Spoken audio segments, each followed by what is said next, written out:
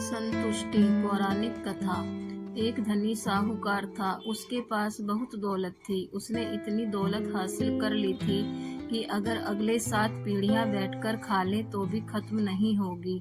हालांकि यह अमीर आदमी तभी भी खुश नहीं था। उसके मन में कुछ ऐसा था कि वह रात भर सो नहीं पाता था, इसलिए वह सच्चे सुख से वंचित रह गया।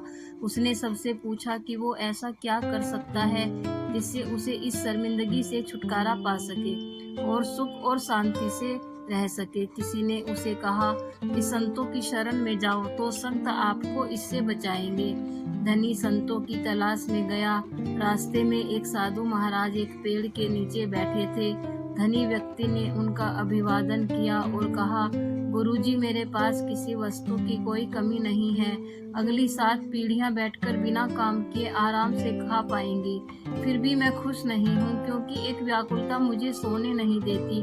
साधु महाराज ने कहा, पहले बता कि आपत्ति क्या है, फिर उससे कैसे छुटकारा पाया जाए वह तुझे बताता हूँ। अमीर आदमी ने कहा, यदि महाराज ऐसा कहते हैं तो मुझे कोई आपत्ति नहीं है, लेकिन एक परेशानी है और परेशानी यह है कि मेरी 8वीं पीढ़ी का क्या होगा, क्योंकि यह धन 7 पीढ़ियों के लिए पर्याप्त है जो मैंने अर्जित किया है। सिर्फ चिंता 8वीं पीढ़ी की है। साधु महाराज मुस्कुराए और बोले, चिंता मत करो, मैं तुम्हें इस परेशानी से बचा लूंगा। साधु ने उसे 1 किलो चावल की पोटली दी और कहा कि उस पहाड़ पर एक बुढ़िया एक कुटिया में रहती है, उसको चावल देकर आ जा, मैं तुम्हें तुम्हारे भ्रम से मुक्त करता हूँ। अमीर आदमी चावल लेकर बुढ़िया की कुटिया में आ गया। उस कुटिया में दरवाजा तक नहीं था। वह बुढ़िया भगवान के भजन में लीन थी। वह अभिभूत थी। अमीर आदमी के पैरों की आहट से बूढ़ी माँ का ध्यान टूट गया। उसने ऊपर देखा और कहा कि बेटा, आप यहाँ क्यों आए हो? उसने कहा, माँ जी, मैं तुम्हें चावल देने आया हूँ, यह चावल लो, फिर मैं चला जाऊंगा। बूढ़ी माँ ने कहा कि मैंने आपको चावल लाने के लिए कहा था क्या आपके सामने हाथ फैलाया था? नहीं है ना? फिर चावल क्यों ले आए? यह पोटली उठाओ और चले जाओ। फिर अमीर आदमी ने कहा, मुझे उस पेड़ के नीचे बैठे साधु ने भेजा है, इसलिए मैं आया हूँ। उसने कहा कि जाकर साधु से कह देना कि मेरी कुटिया में 2 दिन के लिए पर्याप्त चावल है। अमीर आदमी ने अपने सामान्य ज्ञान का इस्तेमाल किया।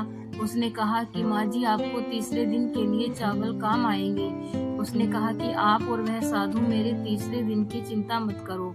बूढ़ी बोली, उस साधु से कहना कि मेरे तीसरे दिन के चावल का संबंध उसी से है जिस पर मैं इस एकांत स्थान में अपना सारा बोझ लेकर जप करने बैठी हूँ। यह सुनकर अमीर आदमी पोटली लेकर वापस आ गया। साधु के सामने पोटली रखकर चला गया। साधु ने उसे पुकारा, अरे ओह सज्जन, तुम समस्या लेकर आए हो ना? मैं तुम्हें इससे बाहर निकालने जा रहा हूँ। अमीर आदमी ने सिर झुकाकर कहा, महाराज, मुझे जवाब मिल गया। वह बुढ़िया तीसरे दिन के चावल नहीं है तभी भी खुश है, और मेरे पास सब कुछ है तभी भी मैं दुखी हूँ। जिसके पास कुछ भी नहीं है वह अगर अपने भविष्य का विचार नहीं करती और भरोसा करती है कि भगवान कुछ बुरा नहीं होने देंगे, तो फिर मैं, जिसे भगवान ने इतना कुछ दिया है, मुझे इस फालतू की चिंता में नहीं पड़ना चाहिए। यह मुझे समझ में आ गया है।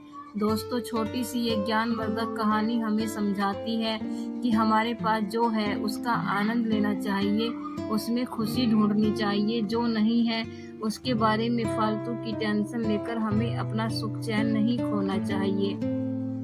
दोस्तों, अगर आपको हमारी कहानी अच्छी लगी हो तो लाइक कमेंट करके ज़रूर बताएं और कृपया सब्सक्राइब करना ना भूलें। धन्यवाद।